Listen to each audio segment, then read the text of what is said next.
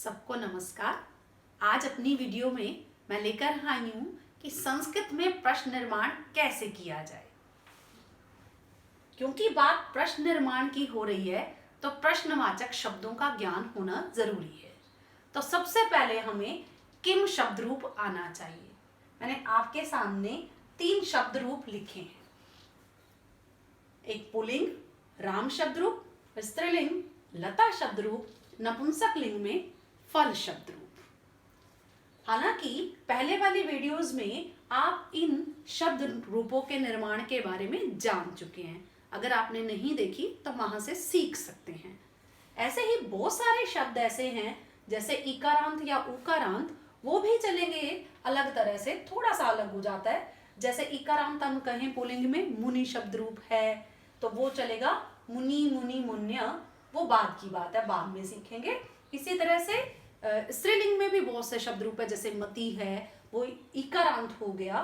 उकारांत में भी बहुत सारे शब्द रूप है, साधु है, वधु है। तो ऐसे तो बहुत से शब्द रूप हैं, उनकी चर्चा हम बाद में करेंगे। पहले प्रश्न निर्माण कैसे किया जाए उसमें पुल्लिंग, स्त्रीलिंग, नपुंसक लिंग 3 शब्द रूप हम सीख लें तो बहुत कुछ सीख सकते हैं।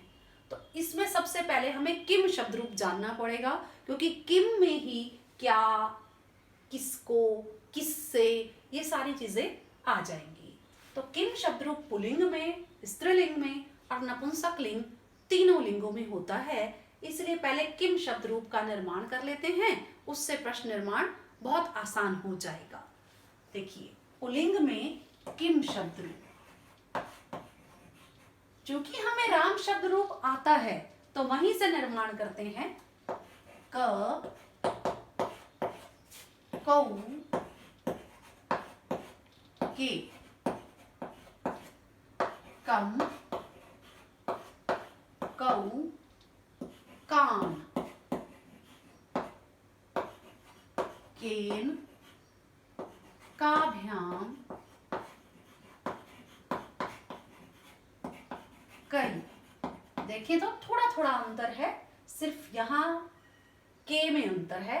बाकी देखिए राम की जगह पर हम क लिखते जा रहे हैं और हमारे किम पुल्लिंग शब्द रूप का निर्माण होता जा रहा है। अब यहाँ फिर से अंतर है। कस्मै, काभ्याम,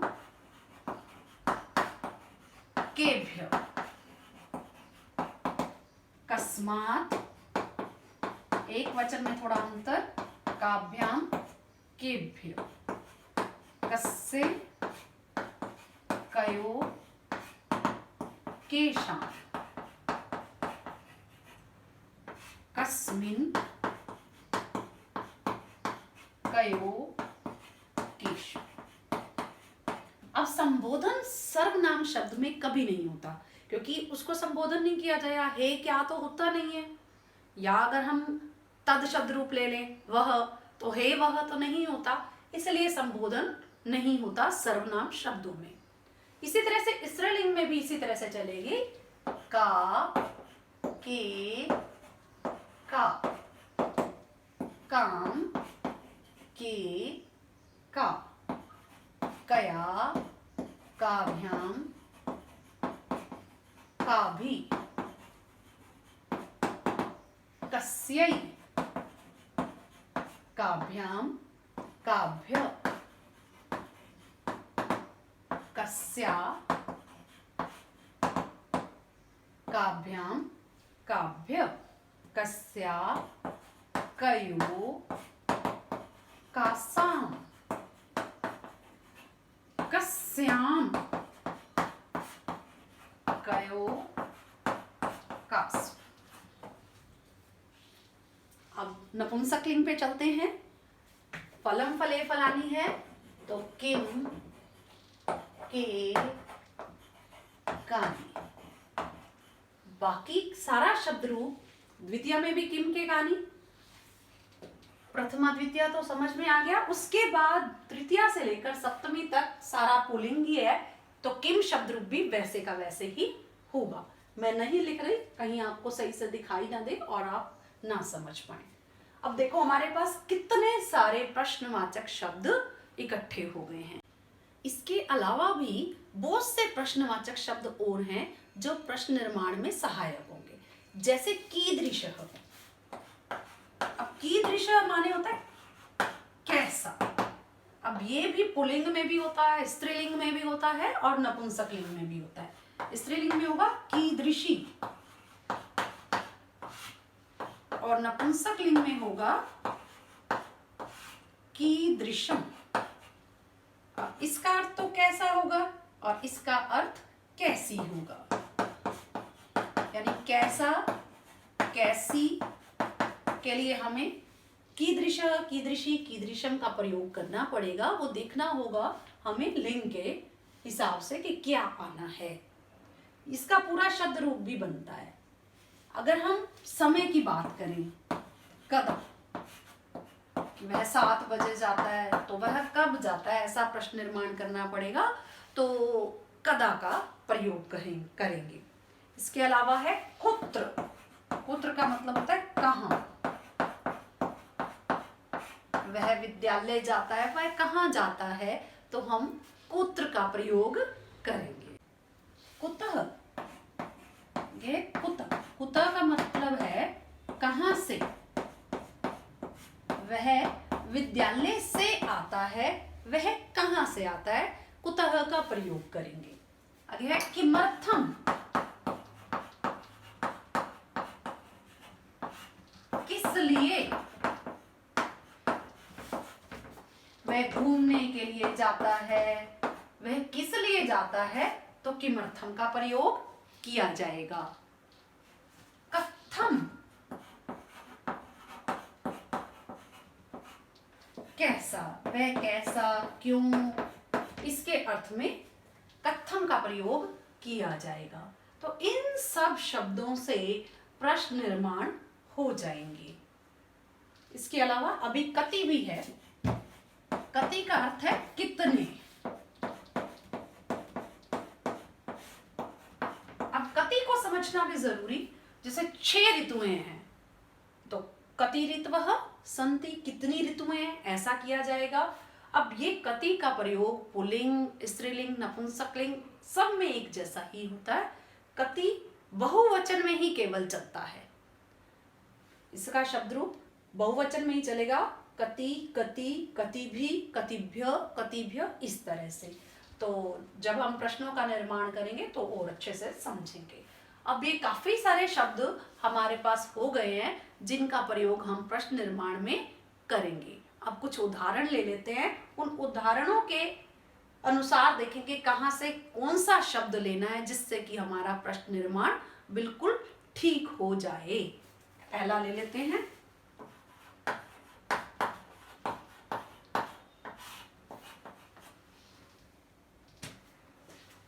वृक्षस्य उपरि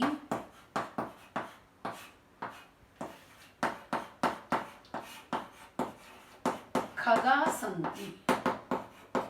जब भी आपको प्रश्न निर्माण करना होगा, उस शब्द को या तो अंडरलाइन किया जाएगा या हाईलाइट किया होगा, किसी ना किसी तरह से हाईलाइट किया होगा, उसका बताना है आपको। अब आपको ये देखना है वृक्षस्य कौन सा पुरुष, कौन सा लिंग और कौन सा वचन है।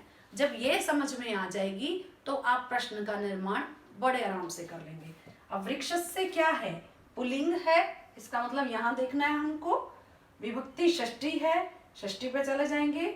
वचन एक है, एक वचन है। अब ढूंढते हैं, ये पुल्लिंग, षष्ठी, एक वचन। देखिए रामस्य मतलब वृक्षस्य, तो शब्द लेना पड़ेगा हमें कस्य। तो हमारा प्रश्न निर्माण हो जाएगा कस्य उपरि खगा सन्ति। और कोई परिवर्तन नहीं करना, वाक्य के बाकी शब्दों में हमें कोई परिवर्तन नहीं करना, केवल इसी में करना है। और वो आ गया हमारा कस्य, और अंत में प्रश्नवाचक चिन्ह का प्रयोग कर लेंगे। इसी तरह से और उदाहरण लेते हैं।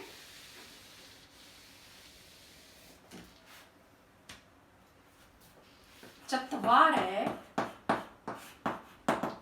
वानरा कूर्दन्ति।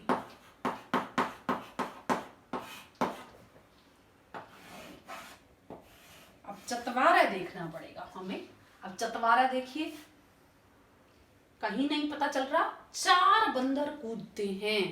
कितने बंदर कूदते हैं, यही हो गया कितने। कति आ जाएगा, तो चतवारा की जगह पर कति, कति वानरा कूर्दन्ति।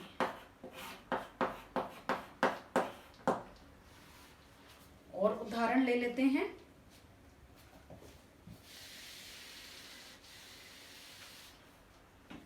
स पंचवादने खेलती।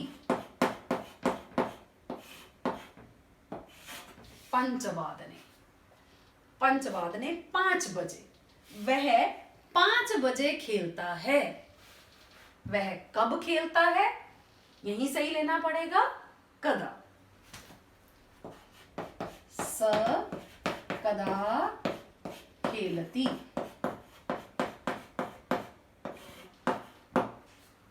और उदाहरण ले लेते हैं।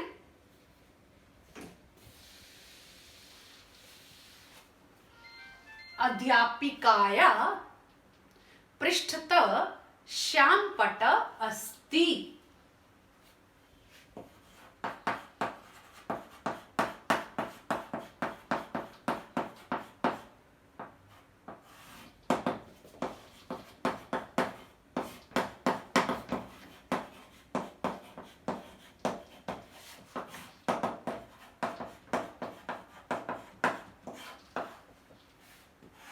अध्यापिकाया, अध्यापिका से ही पता चल रहा है स्त्रीलिंग है। चले जाएंगे स्त्रीलिंग पर। अध्यापिकाया, लताया, पंचमी भी लग रही है, षष्ठी भी लग रही है, परंतु पृष्ठता के लिए षष्ठी आती है। अब वैसे तो एक जैसा ही होता है, चाहे इसी में भी हमें प्रश्नवाचक भी लेना है तो वो भी एक जैसा ही होगा। कस्या ही पंचमी में, कस्या ही षष्ठी में होता है। पृष्ठता के योग में षष्ठी आती है, तो हमें षष्ठी देखना होगा, स्त्रीलिंग देखना होगा और एक वचन देखना होगा, क्योंकि अध्यापिका एक ही है। तो षष्ठी देख लेते हैं, ये रही एक वचन, ये है स्त्रीलिंग तो है ही। यहाँ पर क्या है, कस्या, तो यहाँ आ जाएगा कस्यः पृष्ठतः श्यामपट अस्ति।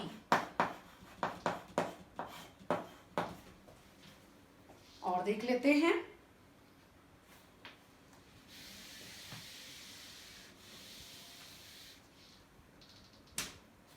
वानरा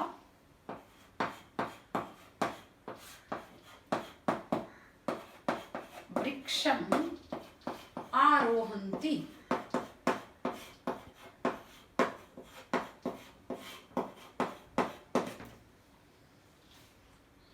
अब देखिए वृक्षम, अब वृक्षम क्या है, पुल्लिंग है।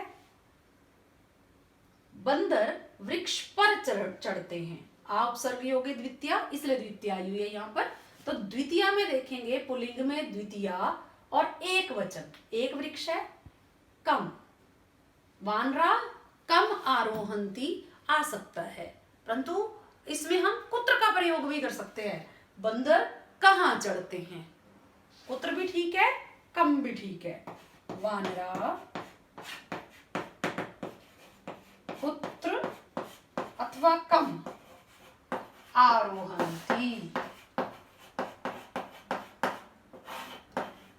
बंदर कहाँ चढ़ते हैं।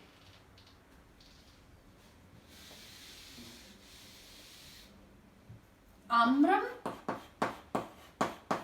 मधुरम अस्ति।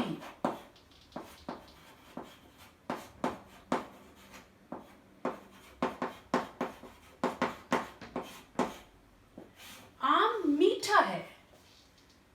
अब इसमें लिंग को नहीं देखना, जब भी बात विशेषण की होगी तो कीदृश, कीदृशी या कीदृशिम का प्रयोग होगा, क्योंकि कैसा है। आम मीठा है, आम कैसा है, आम का देखना पड़ेगा हमें लिंग कौन सा है। आम का लिंग है नपुंसक लिंग, म से ही पता लग रहा है, जैसे फलम वैसे आम्रम। आम मीठा है। आम कैसा है, तो कैसा पे चलते हैं। अब कीदृश है, कीदृशिम या कीदृशम, क्योंकि आम्रम नपुंसकलिंग है इसलिए नपुंसकलिंग का कीदृशम लेना होगा। आम्रम कीदृशम अस्ति, ऐसा। और उदाहरण ले लेते हैं। प्रमुदिता बालक खेलती।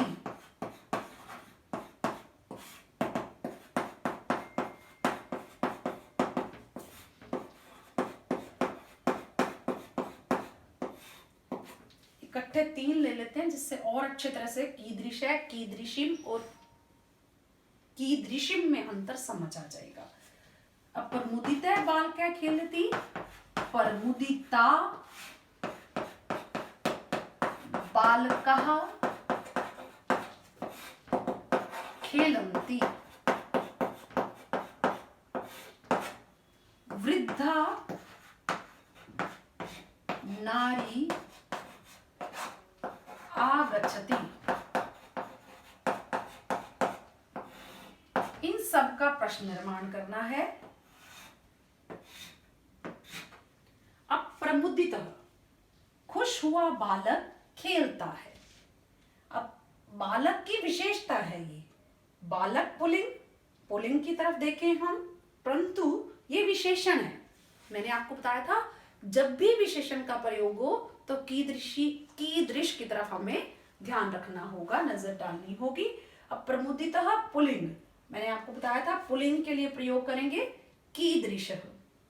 प्रमुदितः बालका, बहुत सारे बालक।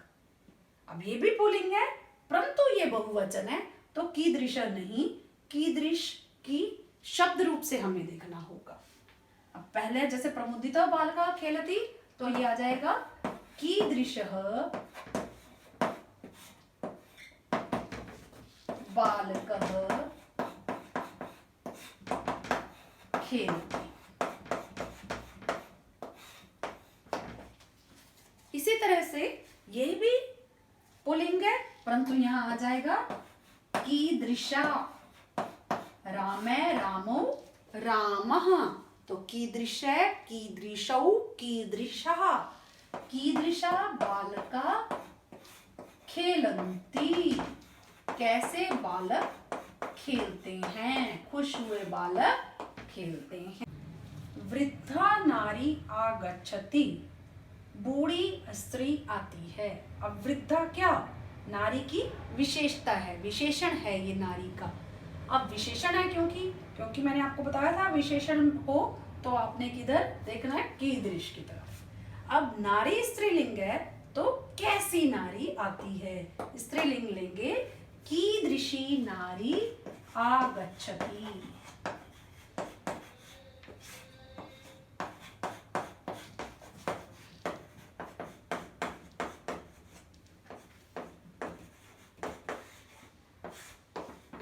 और उदाहरण लेते हैं।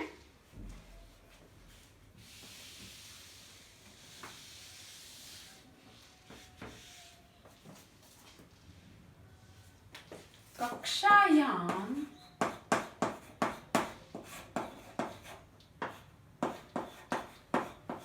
त्रिंशत् बालकाः सन्ति।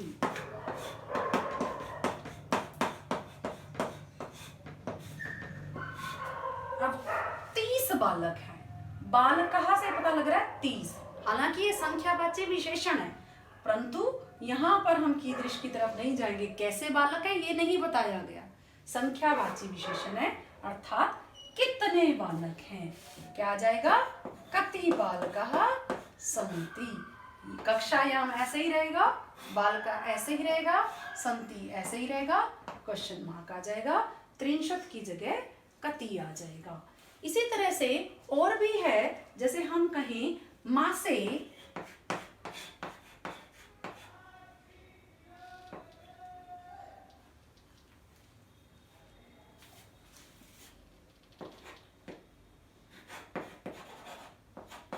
एक 63 अथवा 63 दिनानि सन्ति।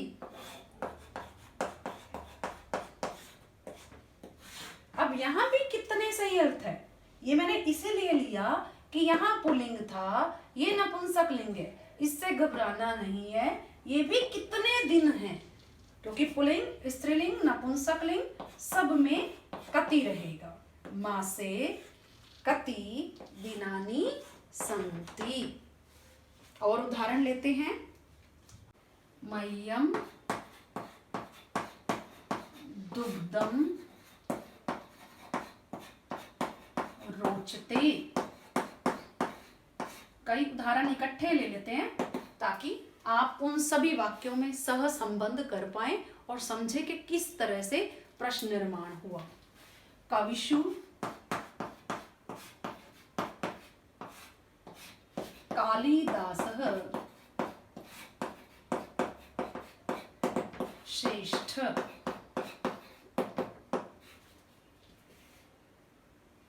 गुहायां व्याघ्र अस्ति। देखिए, अब मह्यम, अब ये अस्मद का रूप है, चतुर्थी विभक्ति है। मुझे दूध अच्छा लगता है, रुच के योग में चतुर्थी आती है। अब चतुर्थी देखना होगा, चतुर्थी पुल्लिंग में देखेंगे तो कस्मई आता है। अब मुझे अच्छी लगती है, वो पुल्लिंग भी हो सकता है, स्त्रीलिंग भी हो सकता है। तो कस्मई दुग्धम रोचते भी ठीक है।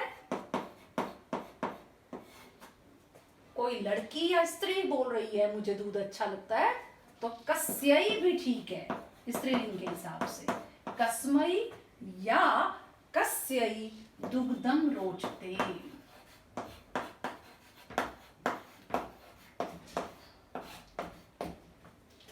कविषु, कवियों में, हालांकि ये इकारांत शब्द रूप है परंतु शु से पता लग रहा है ये सप्तमी विभक्ति है, पुल्लिंग भी है। अब पुल्लिंग सप्तमी बहुवचन पे चलते हैं। सप्तमी पुल्लिंग बहुवचन। केषु, केषु कालिदास श्रेष्ठ।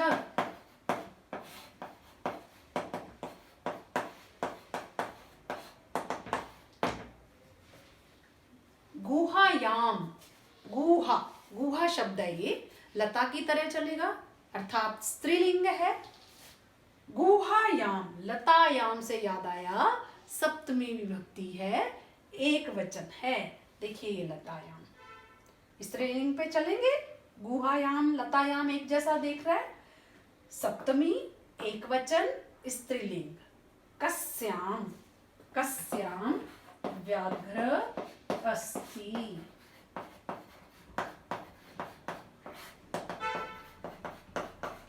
इस तरह से प्रश्न का निर्माण हुआ। एक और उदाहरण लेते हैं।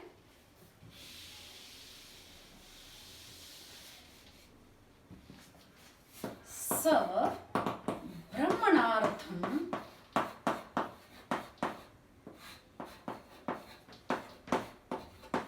गच्छति।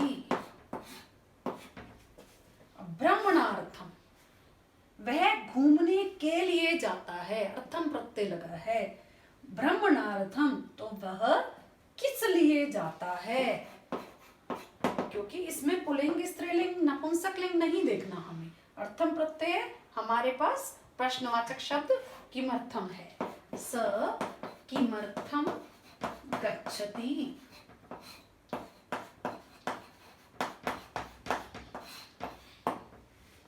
एक और, स काष्ठच्छेदेन श्रांत। काष्ठच्छेदेन, काष्ठच्छेदेन का अर्थ है लकड़ियां काटने से। वह लकड़ी काटने से थक गया। अब या तो ये काष्ठच्छेदेन से पता ही लग रहा है लकड़ी काटने से, तृतीया करण से। अब लकड़ी काटने से पुल्लिंग आ जाएगा, या इसको नपुंसकलिंग भी कह सकते हो आप। लकड़ी काटने से, फलेन काष्ठच्छेदेन। अब तृतीया है, अब तृतीया के हिसाब से आपको लग जाएगा तृतीया नपुंसकलिंग एक वचन आता है केन, तो बन जाएगा स केन श्रांत। या हम ऐसे भी कह सकते हैं वह कैसे थक गया, स कथम। अब यहाँ पर कीदृश है, कीदृशिम नहीं आना क्योंकि ये विशेषण नहीं है, इसलिए मैंने स्पेशली कैसे के लिए बताया आपको कथम। वह कैसे थक गया या किस से थक गया, स कथम अथवा केन श्रांत। बहुत से उदाहरण लेकर मैंने प्रयास किया कि आपके पास हर तरह का प्रश्न निर्माण आ जाए।